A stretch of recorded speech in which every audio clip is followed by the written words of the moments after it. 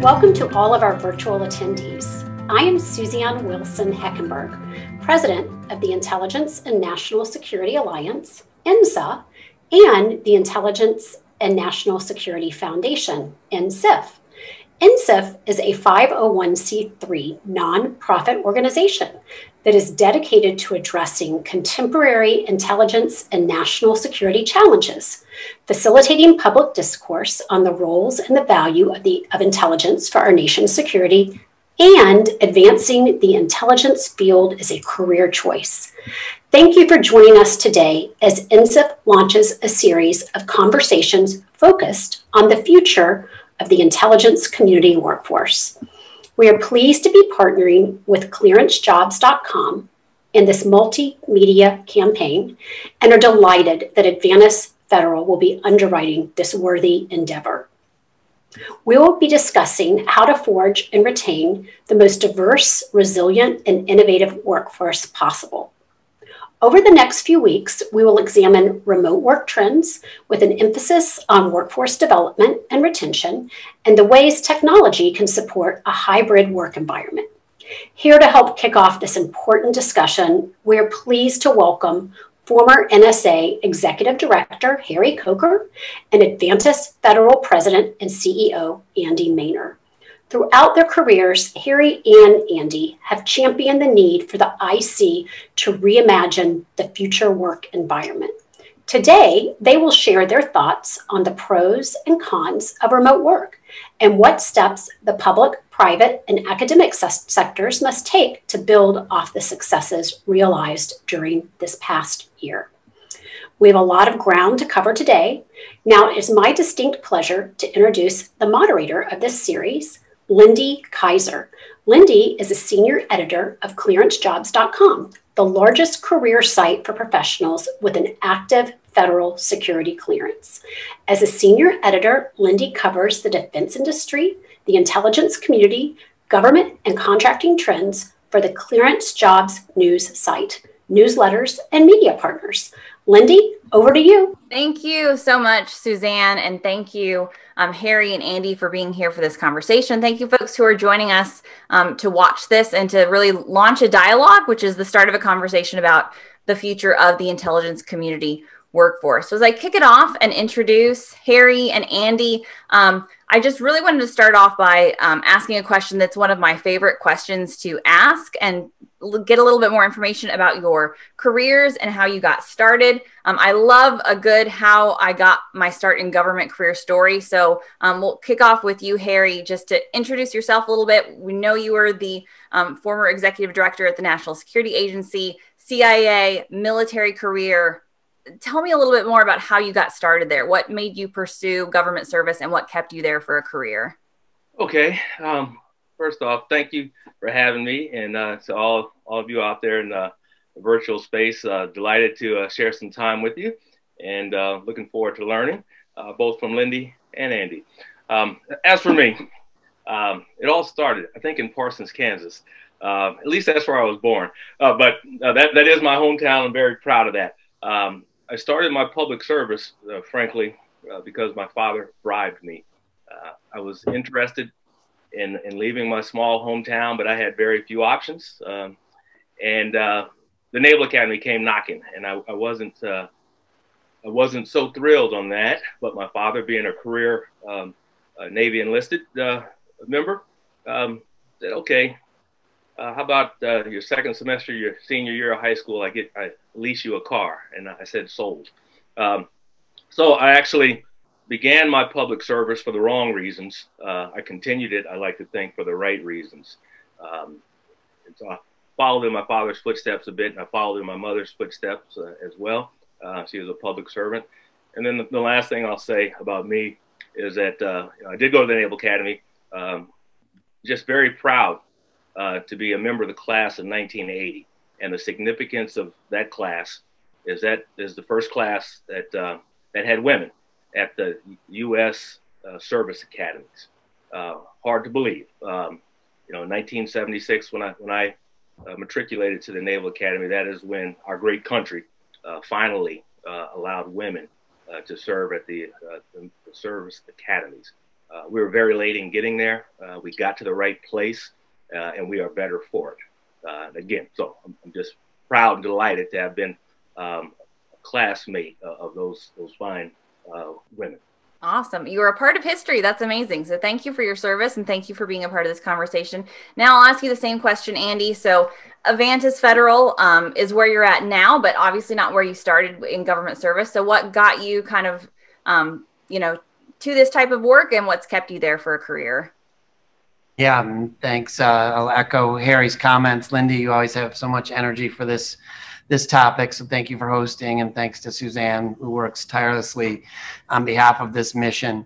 My journey to public sector was pretty random. I didn't have a plan, and I was a naive Midwesterner. And so I wrote a letter for 40 days to the White House, just literally to the White House, asking for a job. And I was able to secure a great job with Marlin Fitzwater, who was press secretary to George H.W. Bush.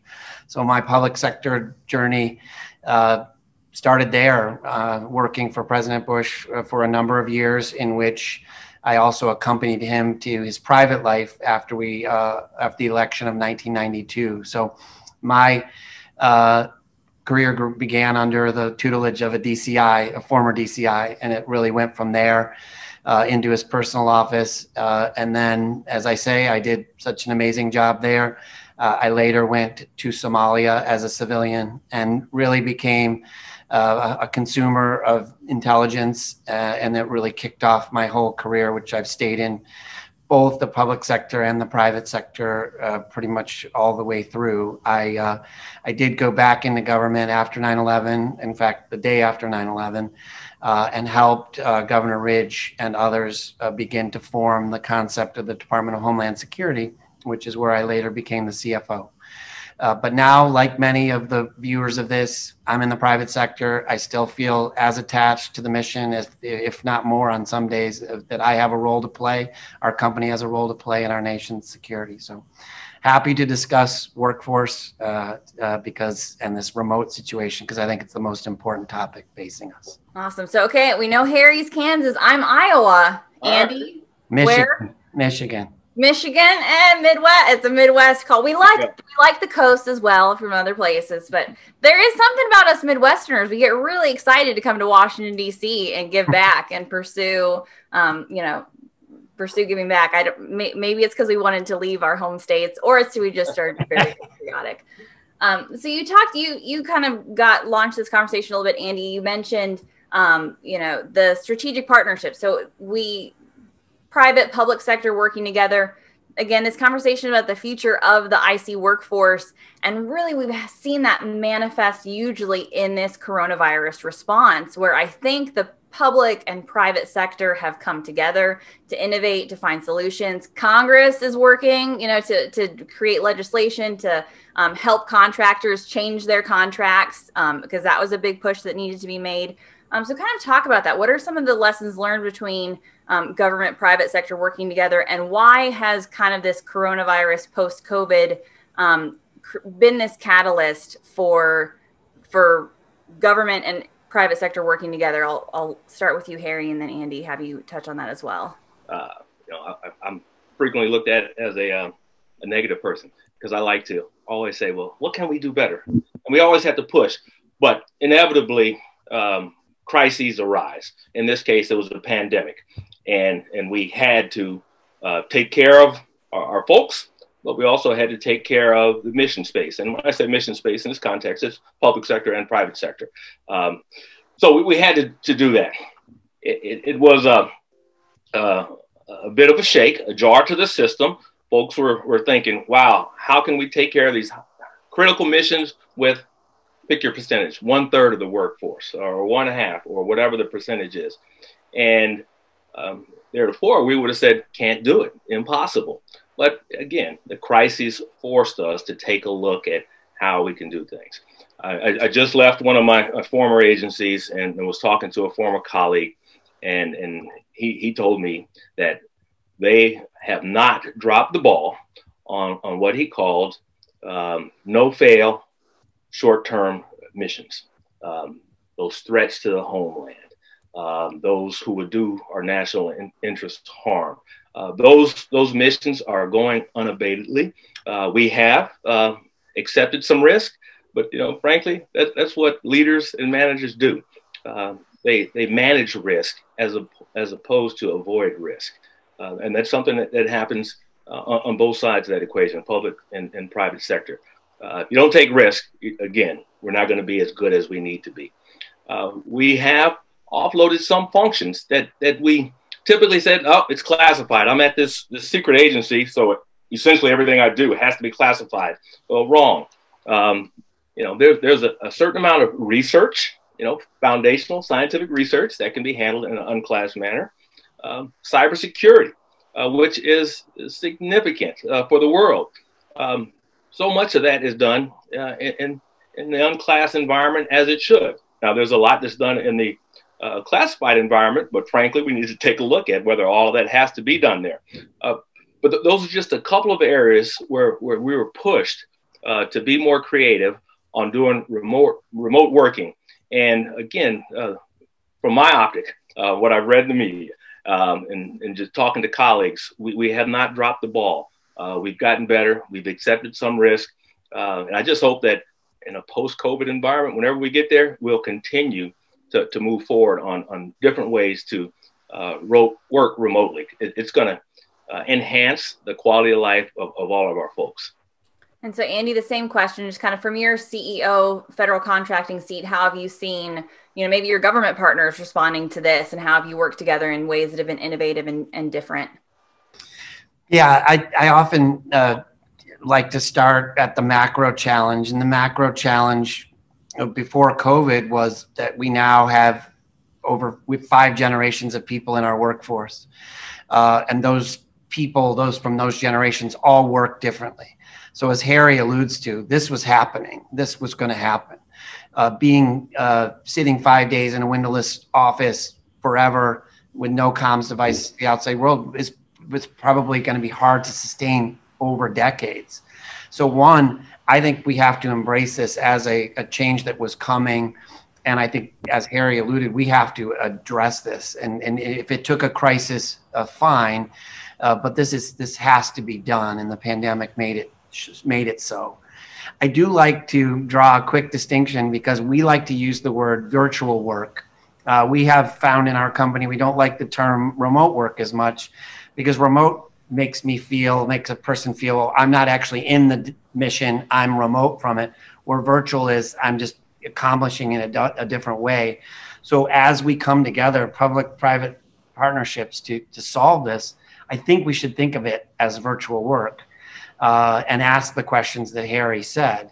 I think the final piece, as an optimist on these things, is that I'm so old that I've now been here during changes where everyone said it couldn't be done. And the one I remember pretty vividly, because I had a foot in the Intel community and a foot at DHS, was that everyone said the interagency community shouldn't grow after 9/11 because we're set. Everyone knew who the partners were.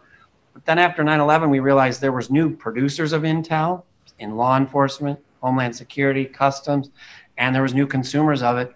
And was it easy? Absolutely not. Was there a lot of tension? Yes. Was there a lot of pain? Absolutely. But it happened. And I think we as a government and the contractors are better for it. So I think it's inherently doable, but we have to see it as a workforce challenge, not just this COVID thing. And Lindy, I'm really glad you mentioned that legislation that folks are taking a look at to help out the private sector in some of those contracts. Typically we focus on the public sector side of the house and don't treat our essential private sector partners as partners and teammates. We don't get it done without a tight partnership. So it's only right and frankly, it's only going to be effective when we take care of the entire team. So thanks for mentioning that. Yeah, no, I mean, I think like you said, the challenges are opportunities for all of these different pieces. I think we think, the federal government has this mission to accomplish. It can't do its mission well unless the private sector is functioning correctly, unless Congress is functioning correctly, unless, it takes all branches kind of working to get things done. And I think I appreciate your mentioning too the virtual remote work piece of it, Andy, and even the semantics around it. And I think also too, when we think about future of IC work, we tend to think all or nothing. So everything is, if it's virtual work, I'm never in an office. But what we're seeing now, I think the future of work is how we could have these. I think you both have mentioned kind of the hybrid models. Lindy, I'm a little bit off topic, but I just wanted to quote from there's a McKinsey study that came out. I'm not the smartest to think of this, but they surveyed mission leaders and CEOs, not necessarily government. And they said, how is the COVID situation affecting how you lead? And the data came back 4 things. I'm doing more crisis response. I'm doing way more to manage the stress, mental, physical, on my organization. I'm doing way more to deal with remote leadership and work challenges. And finally, heightened external stakeholder management. How do I now communicate with my ecosystem that I cannot see them? Well, those 4 things are all what we're talking about today.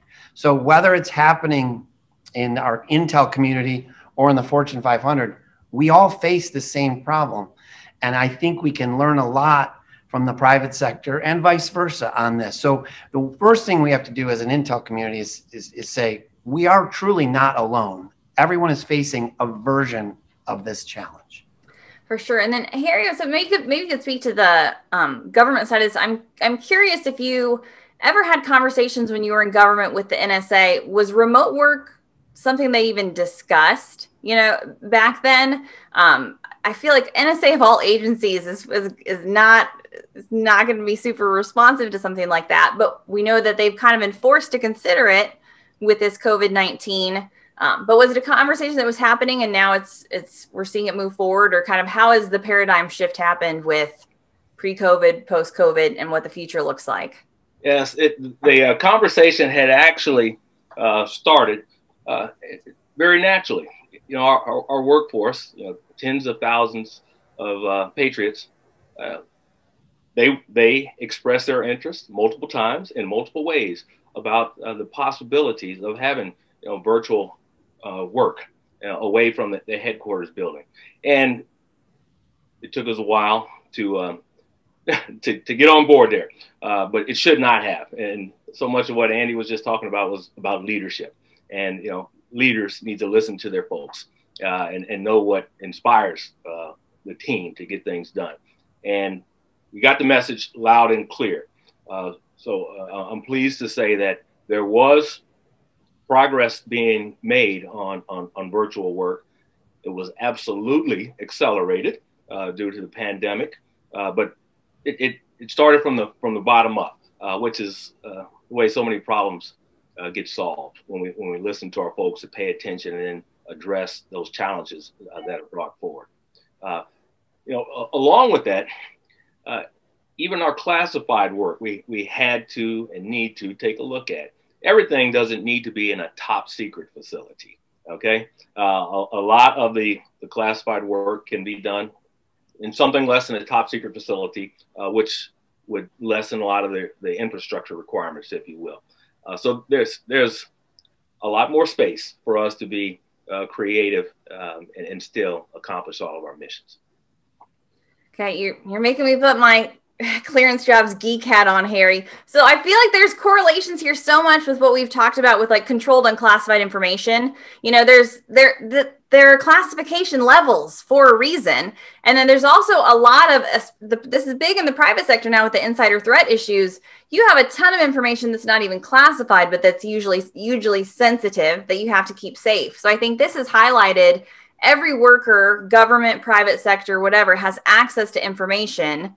We're giving them access to that information already, and we just need to be, know what's classified and what isn't, the policy around that. And if it doesn't need to be classified at the top secret level, why is it classified that way? And that points to, how the policy may or may not change in response to this. But we've seen, And the insider threat stuff has been going on for a decade and has paved the way for us to get here. And you mentioned, something may or may not be appropriately classified. I'll put it like that. I've worked at places where essentially we had a default classification. As inappropriate as that was, we erred on the side of over-classifying, but it was more than just error. It was default. We essentially said it's going to be at this very high level, and it's going to exclude these type of people. And we did that. We were taught that essentially, not in classes, but in action. We saw how we operated, and let's overclassify. Sad to say, but that's accurate, and we need to address that. The culture, our security culture, can accommodate appropriate classification. We wouldn't give people clearances if we didn't trust them. For sure. And then I want to go back to kind of what you mentioned before too, Andy, about leadership, because I think that is absolutely critical. We talk about that a ton at clearance jobs. What makes people leave their jobs, government or private sector, is that they hate their boss predominantly. I mean, it's money or it's culture, which is leadership driven. So, again, you kind of teed this up before, but how have leaders really had to respond to making this future IC workforce happen? And what else still needs to be done? What advice would you give to companies, leaders, agencies who want to make this a viable career path into the future in this environment? Sure. Well, the first part is the best part, and the easy part is we all have the privilege to work on the greatest mission, not in government, greatest mission in the world for the greatest country in the world. So you start with that and you move from there. I do believe that talent and all of these generations of the workforce, they have the right to have their own personal career path. And that includes professional development, new skills, certifications. And this is both in government and in the private sector. We have to reward people for that. We have to encourage it. And so the way we do it is the way we handle all of our colleagues, our over 1,000 colleagues, is through something we call the ITM framework, which is integrated talent management. And it deals with attracting talent, managing talent, how you develop it, how you grow it, how you optimize it. And you literally make it so that every single employee, it's not that hard, has their own path. And so we put a lot into it. And it's not enough anymore to just get a cleared person, hire them, and then they'll be in the skiff 5 days a week, wish them luck, and you'll see them at the Christmas party. This is an ingrained thing, and it's changing generationally. So I want to demystify it, that it has to be so hard, but I do think you have to be super committed to it. And we've helped agencies implement our ITM because they're asking us, how are you doing it? How do you measure it? All of those things. So let's demystify it. It's not that hard. We just have to attack it. And we can learn a lot of lessons from each other on that. Government gets a bad rap about not necessarily being responsive. That definitely if I can't see you, you're not working culture. Have you seen leaders kind of respond to this and say, no, we have to lead people differently and adjust their best practices? Absolutely, lead differently. So that's been a key. We lead people and we manage things and systems. Got to have both, but leadership, it really is the foundation. What inspires our folks professionally and personally. Just because we're in a workplace, that does not mean we should discount folks' personalities or their personal desires, what they need to be motivated and inspired to accomplish the mission. And just listening to our people, we have bright people. They have great ideas, and we need to take them on board. Not necessarily do everything they say, but listen to everything they say. And there's opportunities for that. Again, virtual working is one of those things that, at least where I work, it came from the bottom up, and we've made good progress on that front. And another thing about doing some of the work, unclassified or lower classified work virtually, that can help with the clearance process as well. Getting people on board. We lose too many good people because they don't have the time to wait, or there may have been a hiccup in the past. They might not get the highest clearance, but they can get a clearance and still make contributions. So we need, we talk in development about agile development. Well, we need agile leadership as well. It's case by case. We can't paint with this broad stroke, a brush. We're going to miss too many opportunities if we do that. Now let's talk about the critical mid-level career professional, because I do, and now you can argue with the moderator is always allowed. So if I'm wrong, tell me. But I generally argue that young people are very still interested in government careers and interested in they're attracted to the mission. There are cool things being had. There's people like us who are from the Midwest who just want to leave. So attracting talent is not always the problem, but retaining them is a huge issue. We're seeing the pushback kind of at clearance jobs saying, hey, can government keep up? Because, I mean, a lot of the Silicon Valley companies may never go back to the office full time. So you will start to have this disparity where a lot of other offices are remote. Government might be more of a hybrid model. Do you see any workforce issues with retention, and how are you kind of looking to address those? We'll start with you, Andy. Well, like I said, I mean, this is where the battle's going to be fought.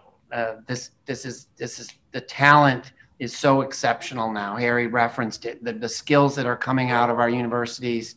And so we can sit around and as older generations go, oh, I walked both ways uphill to school. What have you done? No one should think of it that way. These folks are talented, and you get them at their mid-level career.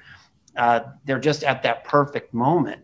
But we have to ask ourselves, does our mission require it? Harry told the greatest story. Like, we used to all just classify everything as high as we could so no one would ever see it. Instead, I think we need to look at it and say, the first thing we should do is say, how did we do during COVID? Like, let's actually take the last 9 months and go and work private partnership. INSA's perfectly capable and dying to do that. Let's just do a case study. We don't need to imagine it. We've just done it. What worked? What didn't work? Where did we find a problem? Were there classification errors? Were there unnecessary leaks of any kind? So I think we need to case study it. But I think we have to be realistic to say, does anyone who wants to work in the Intel community, do they want to be in a windowless office for 5 days straight, no comms devices? And do they want to be in DC and Virginia, in the DMV? Maybe they don't. Maybe they actually want to live in Ohio, Wisconsin, Michigan, Iowa. And so I think this is a must have. And I think we're at a really unique time. As we all said in the beginning, nothing spurs action like a crisis. We're in it.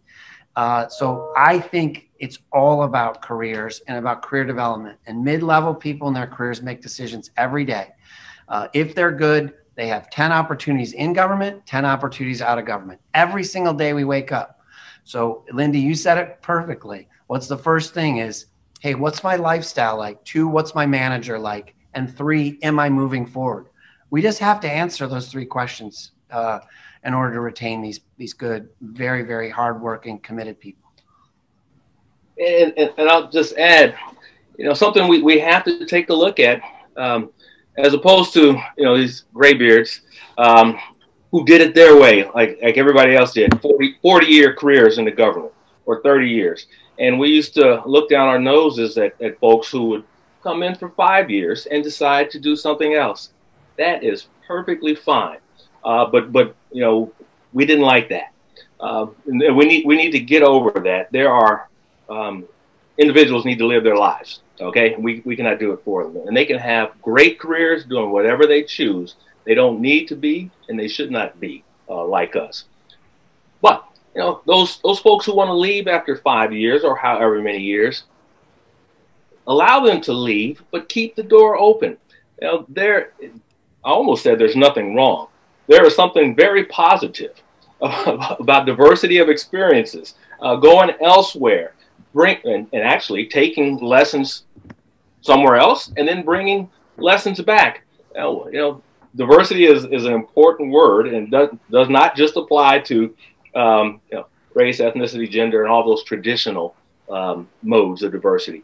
it applies to a diversity of experiences and ways of thinking as well. So the government needs to be more open to folks leaving government service and going to do whatever they choose to do, and being able to welcome them back. I dare say they're going to be better when they come back, should they decide to do so. But that's a mindset that we have to adjust. I would also say, Lindy, that, you know, having been in this decades now, we feel the goodness. Like it's possible. First of all, let's salute the Intel community and INSA for coming together so immediately after March and working on sections 3610. I mean, absolutely just huge for the Intel community and huge for our workforce to be able, in the contractor side, to communicate to them saying, hey, it's okay. We can handle a blue gold schedule or whatever it is. I mean, that is public-private partnership, and it was within weeks. So we have to salute the work that the community did with Congress and INSA and other important voices in the world to kind of move these things, these concepts forward. So I don't feel stuck in the mud. And I would also say the blue badge, green badge world, our people feel part of the mission. They feel it like they work there. And I think we've done a very good job in government. The government's done a very good job of making our people feel as important to that mission, whatever color their badge is. And people deserve a lot of credit for that, because it'd be easy to get stuck in your ways, as Harry talked about. It's evolving.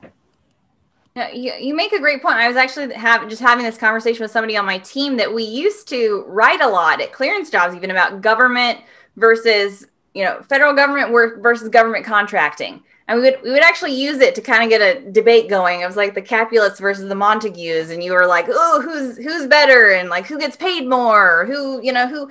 I feel like that has shifted. I don't see that infighting as much. I'm sure internally still program managers are still, I mean, you're still buying for the same talent pool and want the best people, but I don't think we see that dynamic as much. I think people see that there are benefits to both sides, and to government's credit, I feel like OD&I has been talking about those on and off ramps for at least 5 years and making that process easier. And whether it has from a candidate side, there's still some survivor factor at play, but you still feel that you're not going to get dinged on either side, I think, for making that transition back and forth.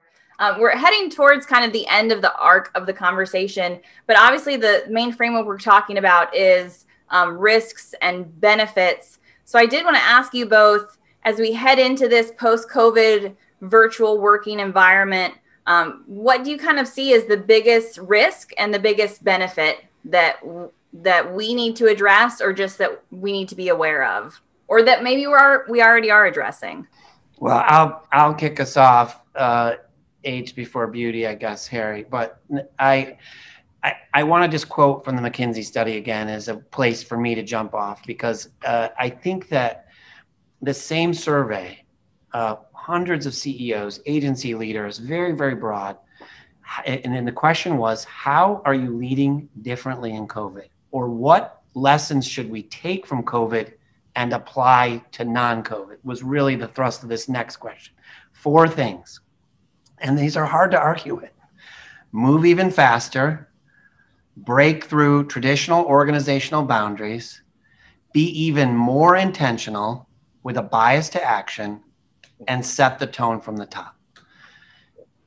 While those sound really high up, that's motherhood and apple pie. And we've done that during COVID. Both the private sector and the public sector have done those 4 things. Bias towards action, breaking through traditional organizational boundaries. Is there anything more than what we're talking about here? Clearances, badge colors, careers, back and forth, double dips. This has all been a part of our world for a long time. And so we've practiced some really good things in COVID. Let's institutionalize them. And this virtual work is one we have to work on. And I think ENSA's very, very well positioned to be a leading voice in that. It's happening. It's not going away. People are used to it in some cases, and we're more effective with it. So let's really embrace that, and let's not just use this as a temporary crisis, would be my thought. And I'll add, I'm I'm delighted that we spent a lot of time talking about the public and private sector partnership, because that's what it has to be for our nation's security. Oftentimes, however, when I have a conversation like this, folks will ask, how do you compete with the private sector? And, you know, I've come to believe that, you know, it's not a competition per se. You know, we need to complement each other. You know, I can't say it enough. You know, private sector is a part of our national power, and the private sector is key to our national security. So we need to complement each other as opposed to compete. We need to make sure that our students are educated in the areas that are going to count the most. And that's not a public sector issue. It's not a private sector issue. It's an American issue that we have to deal with. Now, more directly to your risk and benefits question, one thing that concerns me, and taps right back into what we've been discussing so much, leadership. Andy just named those 4 things. My memory is so short, I can't remember them all, but I do know that they resonated with me, and I absolutely believe in them. But on that leadership side of virtual work, a concern I have, and it is certainly not insurmountable, but it is absolutely imperative, is staying in touch with our folks when we're not seeing them every day. We're bad enough as it is on providing feedback when we see people every day. We still are reluctant to give the timely and accurate and meaningful feedback. I'm concerned about the way that'll go if we're not seeing folks every day. Also concerned about the wellness of our people if we're not seeing them every day. We need to take care of that. And then the last thing, I did tell you all I'm a negative person, so I have a lot more cons, is the relationships. You know, I'm from Kansas. We got Michigan and Iowa represented here. At least in Kansas, I suspect throughout the Midwest. And this is pre-COVID. We like to shake hands, and we like to look you in the eye and you know, and get a sense for your character. Okay. We haven't been able to do that since March, but nonetheless, we're going to get through COVID. But as we go towards more virtual work, and I absolutely think we ought to, we can't lose track of the power and the necessity of relationships and how that contributes to collaboration and the sense of teamwork. So those are some risks that good leadership can and will address. But I have to put that out there to maintain my reputation as a negative person. And then on the benefit side, it comes right back down to our people. It is about, you know, we always talk about people and mission. Let's enhance the quality of life of our folks, and it's professional and personal, by allowing more virtual work. And frankly, I think we'll do better on the mission front with more virtual work, because the better off our folks are, the better our work products will be, and the better our mission outcomes will be. Perfect. Thank you guys so much. And I don't want to lose you before I do ask for a few examples maybe that you could give from your experiences of how this is being done well, things that folks can emulate when they're looking at, you know, making this work, whether specific agencies that have really responded and done it well. I know, Harry, you had some, you know, maybe some examples of what you'd seen, or Andy, kind of just that responsiveness, some of those best practices or takeaways. Yeah, I mean, just a couple. Like, we've really focused a lot on changing the model and the paradigm, which is around professional and leadership development, how people are able to learn. We invested heavily ahead of COVID, thank goodness, in a learning development platform. Our people, especially our cleared people, our deeply cleared people on their off weeks, took so much professional development off of our Udemy platform. Thousands and thousands of hours, new certifications. So to the point that Harry made, people are actually getting better during COVID, and they're still virtual, you know, so we invested heavily in that. We brought in speakers weekly. We have board members who are former Intel professionals like Sue Gordon, et cetera, speaking to our young leaders about these topics we're talking about today. It means a lot to them. So on the private sector side, that's where we're spending a lot of our time. Now in the old, and just to kind of keep it light a little bit, in the old world of holiday parties, which sometimes people dreaded, We had some of the greatest holiday activities this December. I feel more connected to our workforce. I feel like I talked to all 1,000 of our people. Whereas if I were at an event, I would have talked to 5% of them. So we just invented new ways to kind of connect with people. I totally wildly agree with Harry's point about their well-being and their families. We instituted new benefits that we called COVID benefits. So people could use a stipend to get their office ready or their kids' school ready. Like, we just went for it. We didn't ask permission. There was no handbook for it. We just did it. Now, that's easier in the private sector, potentially, but maybe not. So it all comes down to leadership. But again, I want to make sure it's known that the agencies that we do work at, McLean and others that have moved so quickly on 3610, it made the difference. It would have decimated our workforce, and they held that cadre of reservists, if you will, in such a professional way. So I salute what's been done, but I want to institutionalize it. And one example I'll provide is a former colleague and good friend of mine. I went to see him week before last. I think it was about 2:30 in the afternoon, and they told me he was gone home. He works really crazy hours. So I came back 5 o'clock, and he was there. Turns out that, given the pandemic and the agility of the leadership at that agency, they allow this fellow to come in bright and early. I think it was like 3:30 in the morning, and he is a formal leader and manager as well, not just a singleton.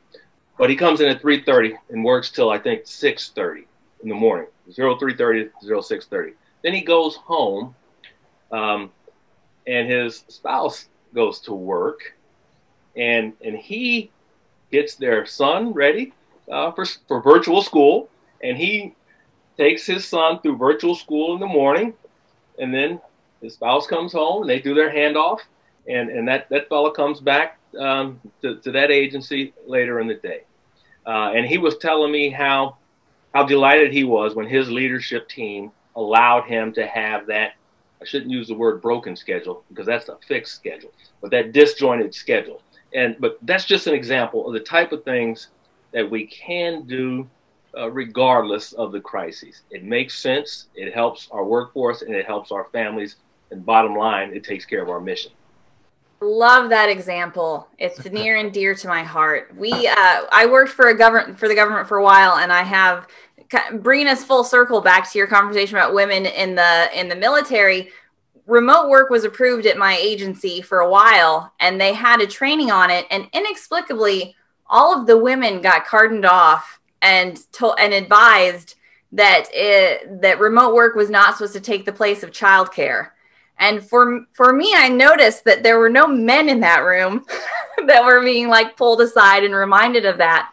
And I do feel like there is something about this COVID workforce that, I mean, everybody, one team, one fight here, we're all coming together. And so if you're a couple parents chucked at home with your kids, doesn't matter if you're a mom or a dad or whoever you are, you're having to educate and work and balance it all. But it did seem, that was more than a decade ago when I remember that conversation. It just stood out that that they had highlighted, and called a few of us aside and thought we might need a reminder. But that was a very gender specific conversation. So, but we've come a long way. Lindy, the data, the data is so concerning about women in the workforce. The Fed has said that almost 10 million women are making the choice to leave the workforce because they think they have to. This would devastate our industry if that trend happened here. So, I mean, we're talking about one group there, but the data is really compelling that people believe they have to make that choice that you just talked about. And we're both saying you don't. And we have to make it so that choice never is on the table. And that is just such a powerful mantra we all have to rally around. Yeah, you need the diversity within the IC is certainly a strength, and we say that. And this is kind of a point where we can put our money where our mouth is, so to speak, and say how important is it? Like, because you actually have to make accommodation. so everybody can work, right? We need to take advantage of the largest talent pool we can get. And, you know, those accommodations are key to keeping a large and capable talent pool. Thank you again so much for being, you know, a part of this conversation. Thank you so much to Avantus Federal for underwriting this conversation. Really appreciate your leadership on this topic. You're passionate about it. I can tell that, and I just love that. And thank you to the Intelligence and National Security Foundation for sponsoring this. I just love that INSA has this foundation aspect, a nonprofit arm that can do really cool, exciting things like this. They're not just promoting the intelligence community workforce, they're really making investments to make it better. So definitely check out INSIF and the things that they're doing, and join us for the next parts of this conversation. If you're watching this and you're like, why didn't you talk about how much people are going to screw it up with their technology and cybersecurity? That's because that's part 3. And the next part is about the workforce. So this is just the first of future conversations about this. We certainly also welcome feedback. So engage with us, send your feedback. We'll have options for doing that, for how we can continue to make this program better. It's the best part of launching a series of conversations, is that we can continue to kind of move this conversation forward.